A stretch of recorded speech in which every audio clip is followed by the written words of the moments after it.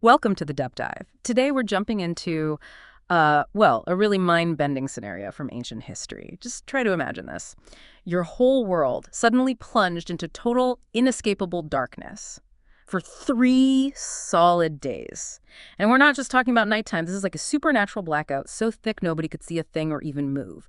That's the scene we get from the ancient account of the Ninth Plague in Egypt. It's an incredibly potent image, isn't it?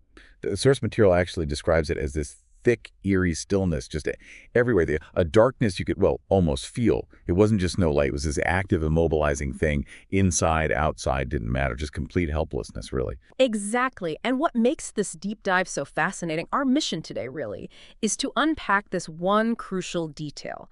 Amidst all that absolute blackness, one specific area, Goshen, still had light. So what does that profound contrast tell us about, power, presence, and maybe more importantly, what could it mean for us today? This is where it gets really interesting. Okay, so the ancient account, Exodus chapter 10, verses 22 and 23, it details this darkness. It's described as completely impenetrable. It literally says no one could see anyone else or move about for 3 days. Think about that. This wasn't just like a power cut. It was a total shutdown. No running errands, no popping next It door. really was. I mean, can you imagine a darkness so profound you literally can't navigate your own home, let alone go outside? Oh, Lamps wouldn't work. You couldn't light a fire for light, apparently. Movement itself just stopped. It was a suffocating 3-day paralysis for the whole nation, captive in their own homes. But then we get this incredible contrast, almost hard to believe, side by side. The same text points out this huge difference. All the Israelites had light in the places where they lived. yes, exactly. And that's Goshen. The region where the Israelites lived, they could see. They could walk around, function normally. Their lamps worked. Their homes were lit. They were basically carrying on with life while the rest of Egypt was stuck in this waking nightmare. It's like same sky overhead, totally different reality on the ground. So what's the takeaway from this incredible distinction? Looking at the bigger picture, the account presents this plague as, well, more than just a natural disaster. It feels like a very bold statement. Oh, absolutely. It's presented as a profound statement about control, isn't it? The text strongly suggests that God controls the light itself. He decides where it shines. It's not just raw power. It's about demonstrating sovereignty. That ability to draw a clear line, a boundary between, say, followers and those in rebellion.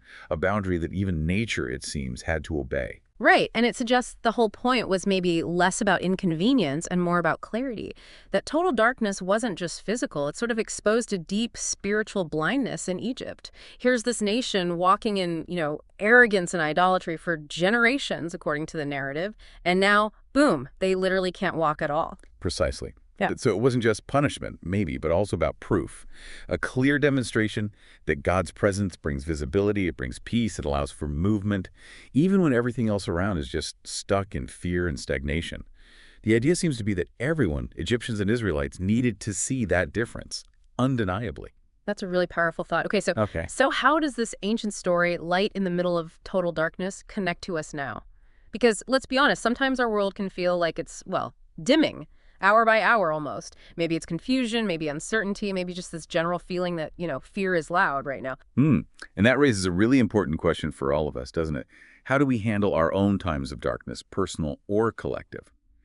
And the insight from this old text feels incredibly relevant here. The core message seems to be God still knows how to flip the switch for his people.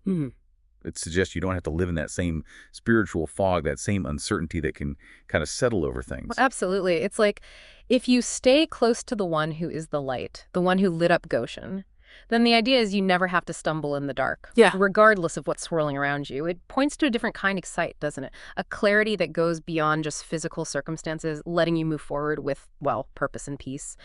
That contrast is just so stark. Light right there amidst total immobilizing darkness. It really carries some incredible implications for how we might navigate our own challenges, by aligning with that source of true light. It really does. And perhaps it leaves us, and you listening, with a final, maybe challenging question drawn right from the heart of the source material. Are we walking like people who live in Goshen with clarity and purpose? Or are we complaining like people stuck in the dark? Something to reflect on, perhaps, as you navigate your own world. Where does your light truly come from?